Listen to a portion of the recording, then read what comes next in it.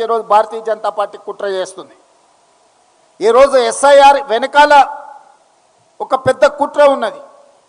రెండవది, వెట్టి చాకిరి నుంచి రైతు కూలీ సంఘాల పోరాటం వల్ల కూలీ చేసేవాడికి కూలీ నిర్ధారించే కనీస వేతన చట్టాన్ని ఆనాడు ఎంతోమంది పోరాటం చేస్తే కాంగ్రెస్ పార్టీ కూలీలకు కూడా హక్కు కల్పించి కనీస వేతన చట్టాన్ని తీసుకొచ్చి దాన్ని అమలు చేయడానికి ఒక వ్యవస్థను ఏర్పాటు చేసి ఈరోజు కూలీ పనికి కూడా లెక్కగట్టి ఇవ్వాలి, శ్రమ దినాలకు శ్రమ గంటలకు కూడా మీరు వేతనాలు చెల్లించాలని చట్టాన్ని కాంగ్రెస్ పార్టీ తీసుకొచ్చింది.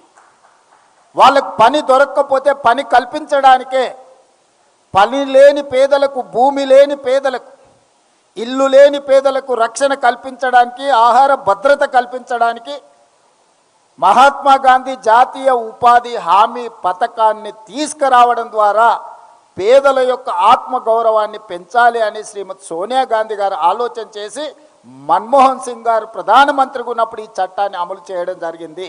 దానికి ప్రధానమైన స్ఫూర్తి ఆనాడు ఉమ్మడి ఆంధ్రప్రదేశ్ మెదక్ జిల్లాలో పునాది పడ్డది. తెలంగాణ మెదక్ జిల్లా నుంచి స్ఫూర్తిని తీసుకొని కొప్పుల రాజుగారు అధికారిగా చట్టాన్ని తయారు చేసి ఈ చట్టాన్ని ఆంధ్రప్రదేశ్ అనంతపూర్లో మొట్టమొదట ప్రధానమంత్రి సోనియా గాంధీ గారు వచ్చి ఈ జాతీయ ఉపాధి హామీ పథకానికి స్ఫూర్తి మనమే, మొట్టమొదటి దేశంలో అమలు చేసింది మనమే. ప్రపంచానికే ఆదర్శంగా ఉన్న ఉపాధి హామీ చట్టము అమలు జరగడానికి తెలుగు రాష్ట్రాలే ప్రధాన కారణము.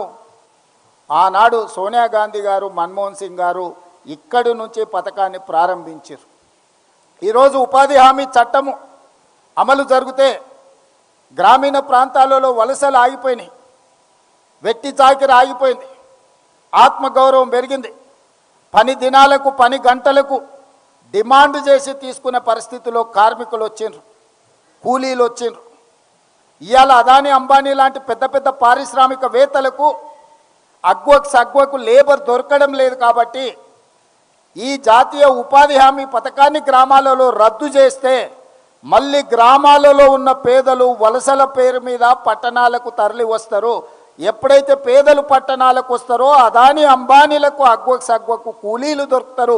తిరిగి మళ్ళీ ఈస్ట్ ఇండియా కంపెనీలకు మనల్ని కట్టు బానిసలుగా చేయడానికి, వెట్టి చాకిరిని అందించడానికి ఈరోజు నరేంద్ర మోడీ గారు జాతీయ ఉపాధి హామీ చట్టాన్ని రూపుమాపే ప్రయత్నం చేస్తుండు. ఇది కార్పొరేట్ కంపెనీలు పన్నిన కుట్ర. ఆ పన్నిన కుట్రను అమలు చేస్తున్నది బీజేపీ, నరేంద్ర మోడీ. ఈ కుట్రను తిప్పికొట్టాల్సిన బాధ్యత ప్రతి పౌరుడి మీద, ప్రతి పేదవాడి మీద ఉన్నది. పేదల ప్రతినిధి అయిన కాంగ్రెస్ పార్టీ కార్యకర్తల మీద ఉన్నదని చెప్పి ఈరోజు మీ అందరికీ నేను విజ్ఞప్తి చేస్తున్నాను. గతంలో వ్యవసాయం మీద కుట్ర చేశారు. రైతు వ్యతిరేక నల్ల చట్టాలను 3 తీసుకొచ్చారు. ఈ దేశంలో వ్యవసాయాన్ని మొత్తాన్ని అదానీ, అంబానీ, అమెజాన్లకు తాకట్టు పెట్టాలని నరేంద్ర మోడీ గారు పార్లమెంట్లో చట్టం తెచ్చారు. ఆనాడు నేను, ఉత్తమ్ కుమార్ రెడ్డి గారు, కోమటిరెడ్డి గారు మన ప్రాంతం నుంచి పార్లమెంట్ సభ్యులం. రాహుల్ గాంధీ గారు స్పష్టంగా నరేంద్ర మోడీకి చెప్పాడు, నువ్వు తెచ్చిన రైతు వ్యతిరేక నల్ల చట్టాలను ఉపసంహరించుకోవడమే కాదు, ఈ జాతికి నీతోని క్షమాపణ చెప్పిస్తా, అప్పటి వరకు మేము పోరాటం చేస్తామని రాహుల్ గాంధీ చెప్పినరు. అది నిజమైంది. రైతు వ్యతిరేక నల్ల చట్టాలను తెచ్చిన నరేంద్ర మోడీ చట్టాలను ఉపసంహరించుకోవడమే కాకుండా ఈ జాతికి క్షమాపణ చెప్పించిండు రాహుల్ గాంధీ నరేంద్ర మోడీ గారి చేత. ఇది మన నాయకుడు సాధించిన విజయం రైతుల కోసం. ఈరోజు కూడా రైతు కూలీల కోసం ఏదైతే రైతు వ్యతిరేక చట్టం తీసుకొచ్చిండో నరేంద్ర మోడీ, విబీజీ, రామ్జీ, అందులోనే గందరగోళం ఉంది. వికసిత్ భారత్ ఎక్కడున్నది? ఇందులో సంక్షోభ భారత్ను సృష్టిస్తున్నావు. పేదలను వెట్టి చాకిరి బానిసలుగా చేయడానికి నువ్వు చట్టాన్ని తెస్తున్నావు నరేంద్ర మోడీ గారు. ఈరోజు మళ్ళీ ఏ తెలంగాణ రాష్ట్రం అయితే ఈ చట్టానికి స్ఫూర్తినిచ్చిందో, ఏ తెలుగు భాషల ప్రాంతంలో మొట్టమొదట అమలు జరిగిన మహాత్మా గాంధీ జాతీయ ఉపాధి హామీ చట్టం ఉందో పునరుద్ధరించే వరకు నీతోని కొట్లాడతాం. ఈ చట్టం పేదలకు వ్యతిరేకంగా తెచ్చినందుకు మళ్ళీ పేదలకు, ఈ జాతికి క్షమాపణ చెప్పే వరకు నరేంద్ర మోడీ గారిని వదిలే సమస్యనే లేదు. దీని మీద సంపూర్ణమైన కార్యాచరణ ఏఐసిసి నుంచి ఆదేశాలు అందుకొని మన అందరం కూడా క్షేత్రస్థాయిలో వెళ్ళి ప్రజలకు వివరించాలి. ఈ చట్టం ఏదో మార్పు కాదు. ఈ చట్టం మనల్ని తిరిగి కార్పొరేట్ కంపెనీలకు కట్టు బానిసలుగా మార్చడానికి తీసుకొచ్చిన చట్టం. ఈ చట్టాన్ని సంపూర్ణంగా తెలంగాణ శాసనసభ ఏకగ్రీవ తీర్మానం ద్వారా తిరస్కరించింది. శాసనసభలో మొదలైన తీర్మానం గ్రామ సభలకు వెళ్ళాలి. ప్రతి గ్రామ సభ పెట్టి ఈనాడు 12,702 మంది గ్రామ సర్పంచులు ఎవరైతే ఎన్నికైనరో 12,702 మంది గ్రామ సర్పంచులు గ్రామ సభలు పెట్టడం ద్వారా ఈ చట్టాన్ని తిరస్కరిస్తూ ఏకగ్రీవ తీర్మానాన్ని గ్రామ సభలలో ప్రవేశపెట్టాలి. జనవరి 20 తారీఖు నుంచి 30 తారీఖు లోపల ప్రతి గ్రామ పంచాయతీలో గ్రామ సభ నిర్వహించడం ద్వారా ఈ 10 రోజుల్లో ప్రతి గ్రామ సభలో కేంద్ర ప్రభుత్వం ప్రవేశపెట్టిన ఈ రైతు కూలీ వ్యతిరేక చట్టాన్ని, జాతీయ ఉపాధి హామీ పథక రూపురేఖల మార్పును వ్యతిరేకిస్తూ గ్రామ సభలలో తీర్మానం ప్రవేశపెట్టాలి.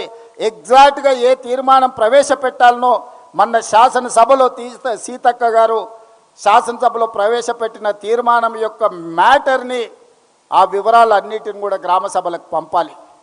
ఇది గ్రామ సభల సర్పంచుల బాధ్యతనే కాదు, ప్రతి ఒక్క ప్రజాప్రతినిధి యొక్క బాధ్యత. అందుకే ఈరోజు ప్రతి శాసనసభలో ఉండే శాసనసభ్యుడు తన నియోజకవర్గంలో పూర్తి స్థాయిలో ఈ కార్యాచరణ అమలు చేయడానికి వాళ్ళు పూనుకోవాలి. అదేవిధంగా శాసన మండలి సభ్యులు, పార్లమెంట్ సభ్యులు క్షేత్రస్థాయిలో తిరగాలి. ఈరోజు 15 మంది ఏదైతే మంత్రులు ఉన్నారో హైదరాబాద్, సికింద్రాబాదులో ఉపాధి హామీ పథకం ఉండదు. ఈ 2 పార్లమెంట్లను పక్కన పెడితే 15 పార్లమెంటు స్థానాలలో 15 మంది మంత్రులను ఒక్కొక్క పార్లమెంటుకు ఒక్కొక్క మంత్రి ఇన్ఛార్జిగా బాధ్యత తీసుకొని ఆ పార్లమెంటు పరిధిలో ఉన్న ప్రతి గ్రామ పంచాయతీలో తీర్మానాలు జరిగే విధంగా తీర్మాన కాపీలను సేకరించే విధంగా 15 మంది మంత్రులను 15 పార్లమెంట్లకు బాధ్యత వేయాల్సిందిగా నేను ఏఐసిసి ఇన్ఛార్జ్ మీనాక్షి నటరాజన్ గారికి, మా మిత్రులు మహేష్ కుమార్ గౌడ్ గారికి విజ్ఞప్తి చేస్తున్నాను. 20 తారీఖు నుంచి 30 తారీఖు లోపల జరగబోయే గ్రామ సభలు జాతీయ ఉపాధి హామీ పథకాన్ని పునరుద్ధరించడానికి అవసరమైన తీర్మానాలకు 15 పార్లమెంట్లకు 15 మంది మంత్రులను మీరు బాధ్యతలుగా నియమించండి. పార్టీ పరంగా, ప్రభుత్వ పరంగా నేను ఆదేశాలు ఇస్తా, పార్టీ పరంగా మీరు ఆదేశాలు ఇవ్వండి, వాళ్ళ బాధ్యత. అదేవిధంగా పార్టీ శ్రేణులు స్థాయి ఉన్న నాయకులను, ఎన్ని మండలాలు ఉన్నాయో ప్రతి మండలానికి ఒక నాయకుని మీరు అపాయింట్ చేయండి. జిల్లా స్థాయి నాయకులను, రాష్ట్ర స్థాయి నాయకులను, జాతీయ స్థాయి నాయకులు కూడా ఈ కార్యక్రమంలో పాల్గొనాలి. ఒక్కొక్కరు ఒక మండల బాధ్యత తీసుకోవాలి. నేను కూడా ఒక మండలం బాధ్యత తీసుకుంటా. ప్రత్యేకంగా ముఖ్యమంత్రిగా కార్యక్రమాలు చేయడమే కాదు, ఒక మండలం బాధ్యత, ప్రతి గ్రామంలో పని జరిగిందా లేదా చూసే బాధ్యత, పర్యవేక్షించే బాధ్యత ముఖ్యమంత్రిగా నేను కూడా ఒక మండల బాధ్యత తీసుకుంటా. ఈ పార్టీలో జాతీయ స్థాయి నుంచి జిల్లా స్థాయి వరకు ఉన్న నాయకులు అన్ని మండలాలకు ఒక్కొక్కరు బాధ్యత తీసుకొని 20 తారీఖు నుంచి 30 తారీఖు లోపల ఈ కార్యక్రమాన్ని నిర్వహించడానికి అవసరమైన కార్యాచరణ తీసుకోవాలి. ప్రతి ఒక్క మండలానికి ఒక నాయకుడి పేరు మీరు అధికారికంగా ప్రకటించాలి. ఆ నాయకుడిదే ఆ మండలంలో బాధ్యత. ఆ మండలంలో ఏదైనా కార్యక్రమాలు జరగలేదంటే ఆ నాయకులే దాని మీద పూర్తి బాధ్యత తీసుకోవాలి. మీరు ఆ విధంగా కార్యాచరణను నిర్ధారించండి.